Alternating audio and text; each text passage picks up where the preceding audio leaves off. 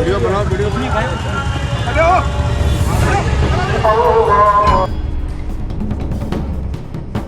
आपके द्वारा ये कहा जाना कि 140 करोड़ लोग हमारे परिवार के सदस्य हैं और आपके परिवार के सदस्य के साथ ही इस तरह की घटनाएं हो रही हैं, वो भी दिल्ली पुलिस के माध्यम से, जो दिल्ली पुलिस केंद्र सरकार के अधीन है, जो दिल्ली पुलिस गृह मंत्री अमित शाह जी के अधीन है। और आज नमाज के दौरान एक वीडियो वायरल हुआ था। उस वीडियो में जो भी हमारे पुलिस वाले थे उनके खिलाफ डिसिप्लिनरी एक्शन लिया गया है, सस्पेंशन का ऑर्डर निकल गया है। ये कहीं ना कहीं एक साजिश मालूम होती है और ये किसी न किसी स्थिति या परिस्थिति में इसको राजनीतिक लाभ लेने की दृष्टि से किया गया कार्रवाई माना जा सकता है। हमें यहाँ की पीस एंड ट्रैंक्विलिटी जो शांति है वो बरकरार रखनी है और यहाँ के जितने भी लोकल लोग हैं वो हमारे साथ हैं और हम उन लोकल लोगों के साथ हैं और हम सब साथ मिलकर यहाँ की पूरी जो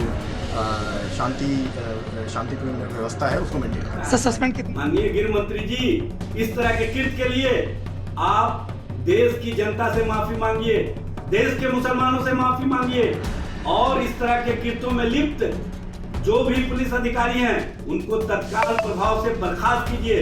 और इस तरह का नमाजियों के साथ दुर्व्यवहार, नमाजियों के साथ व्यवहार और उनके साथ लात घूसे से उनको मारा जाना, नमाज के दौरान उनको घसीटा जाना। नमस्कार, आप देखना शुरू कर चुके हैं फर्स्ट लुक बिहार। मैं सजल आपके साथ। कल देश की राजधानी दिल्ली से एक वीडियो काफी वायरल हो रहा है जिसमें दिल्ली के इमरलों में जुम्मे की नमाज अदा कर रहे सड़क पर बैठे नमाजियों के साथ दिल्ली पुलिस दुर्व्यवहार करती नजर आ रही है। साथ ही साथ उन पर लात घूंसे चलाती भी नजर आ रही है, जिसके बाद राजनीतिक माहौल काफी तेज हो गया है और सभी दल के नेता इसको लेकर अपनी प्रतिक्रिया देते सामने आ रहे हैं।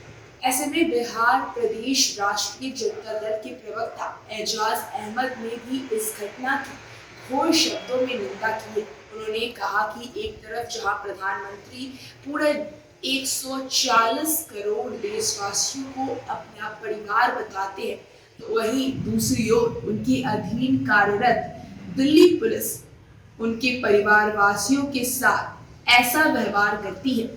वहीं दूसरी ओर केंद्र सरकार के अधीन कार्य कर रही दिल्ली पुलिस उसी परिवार के सदस्यों को लात घूंसों से मारकर उन्हें इबादत करने से रोकती है। और कहीं ना कहीं इस तरह के दुर्व्यवहार की घटनाओं से यह भी स्पष्ट होता है कि देश में किस तरह की व्यवस्था चल रही है और कहीं ना कहीं मुसलमान को प्रताड़ित करने का भाजपा का जो राजनीतिक दृष्टि है उसी के अंतर्गत पुलिसिया कार्रवाई से प्रताड़ित करने तथा इबादत करने से रोकने की एक सुनियोजित साजिश चल रही है। और इस तरह की साजिशों को चुनावी लाभ के दृष्टिगत कहीं ना कहीं मौन समर्थन दिया जा रहा है। ऐसे में एजाज अहमद ने क्या कुछ कहा है, किस तरह से गृह मंत्री अमित शाह से माफी मांगने को कहा है, पहले आप सुनिए। प्रधानमंत्री जी, आपके 140 करोड़ जनता के साथ आपकी पुलिस किस तरह का व्यवहार कर रही है। आपके द्वारा ये कहा जाना कि 140 करोड़ लोग हमारे परिवार के सदस्य हैं और आपके परिवार के सदस्य के साथ ही इस तरह की घटनाएं हो रही हैं, वो भी दिल्ली पुलिस के माध्यम से, जो दिल्ली पुलिस केंद्र सरकार के अधीन है, जो दिल्ली पुलिस गृह मंत्री अमित शाह जी के अधीन है। और इस तरह का नमाजियों के साथ दुर्व्यवहार, नमाजियों के साथ व्यवहार और उनके साथ लात घूंसे से उनको मारा जाना, नमाज के दौरान उनको घसीटा जाना, ये इबादत करने से रोकने का जो तरीका अपनाया गया है ये किसी भी दृष्टिकोण से उचित नहीं है। भारत के संविधान में ये व्यवस्था है कि सभी धर्म के लोग, सभी मजहब के लोग अपनी अपनी आस्था के अनुसार पूजा इबादत कर सकते हैं। लेकिन जिस तरह से आज दिल्ली पुलिस का इंद्रलोक में व्यवहार देखने को मिला और जिस तरह से उपद्रव पुलिस के द्वारा की गई, इसको किसी भी स्थिति या परिस्थिति में जो दिल्ली पुलिस की कार्रवाई है जायज नहीं ठहराया जा सकता है। माननीय गृह मंत्री जी, इस तरह के कृत्य के लिए आप देश की जनता से माफी मांगिए, देश के मुसलमानों से माफी मांगिए और इस तरह के कृत्यों में लिप्त जो भी पुलिस अधिकारी हैं उनको तत्काल प्रभाव से बर्खास्त कीजिए और उन पर उपद्रव फैलाने, माहौल खराब करने और साथ ही साथ जो धार्मिक आस्था है उसके साथ जिस तरह से व्यवहार की गई है ये कहीं से भी उचित नहीं है।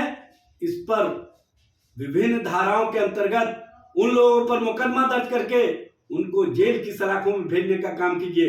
एक धर्म के प्रति जिस तरह का व्यवहार किया गया है और जिस तरह से माहौल को बिगाड़ने के लिए कार्रवाई की गई है ये कहीं ना कहीं एक साजिश मालूम होती है और ये किसी न किसी स्थिति या परिस्थिति में इसको राजनीतिक लाभ लेने की दृष्टि से किया गया कार्रवाई माना जा सकता है। अगर गृह मंत्री अमित शाह जी, प्रधानमंत्री नरेंद्र मोदी जी 140 करोड़ लोगों को अपना परिवार मानते हैं तो उन परिवार के साथ किए गए दुर्व्यवहार के लिए माफी मांगे और इस तरह के कृत्यों में शामिल सभी पुलिस पदाधिकारियों, सभी पुलिस को और इंद्रलोक थाने के अंतर्गत जितने भी पुलिस पदाधिकारी हैं उनको बर्खास्त कीजिए, उन पर कार्रवाई कीजिए तत्काल प्रभाव से।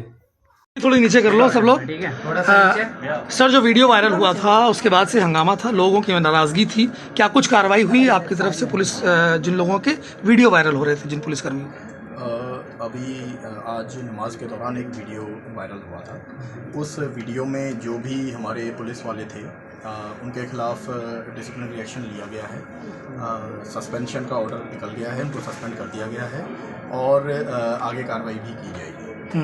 जो लोग इकट्ठे हुए थे उनको समझाया गया कि जिसने गलती की उसके खिलाफ एक्शन लिया गया है और हमारे जो लोकल निवासी हैं, लोकल यहाँ के लोग हैं, उनके साथ मिलकर उन लोगों को समझाया गया है। अब यहाँ से ज़्यादातर लोग जा चुके हैं।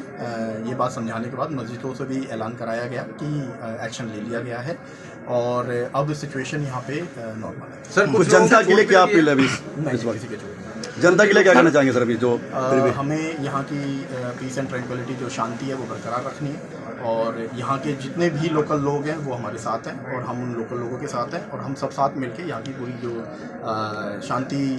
शांतिपूर्ण व्यवस्था है उसको मेंटेन करें। सर, सस्पेंड कितने पुलिसकर्मियों को किया गया? अभी जो चौकी इंचार्ज है उनको सस्पेंड कर दिया गया, जो वीडियो में दिख रहे हैं। हाँ, जो वीडियो में दिख रहे हैं। Thank you sir. तो जैसा कि आपने सुना, आरजेडी के बिहार प्रदेश प्रवक्ता एजाज अहमद ने किस तरह से मुस्लिम समुदाय के साथ हुई इस घटना को लेकर गृह मंत्री अमित शाह को पूरे मुस्लिम समुदाय से माफी मांगने की अपील की है। इसके साथ साथ जो भी पदाधिकारी इस घटना में संलिप्त है उन पर आधिकारिक कार्रवाई के साथ साथ गिरफ्तारी भी मांग की है। इसके साथ आपने दिल्ली पुलिस के भी बयान सुना जिसमें उन्होंने साफ कहा कि जो भी पदाधिकारी इस वीडियो में नजर आ रहे थे उन पर कार्रवाई की गई है, उन्हें सस्पेंड भी कर दिया गया है और अभी फिलहाल पूरा माहौल शांत है और वहाँ के जो भी नागरिक हैं उनके साथ पूरी तरह से कॉर्पोरेट कर रहे हैं। तो इस खबर में बस इतना ही और खबरों के लिए बने रहिए हमारे साथ। हमारे फेसबुक चैनल को लाइक कीजिए, हमारे यूट्यूब चैनल को सब्सक्राइब कीजिए। धन्यवाद।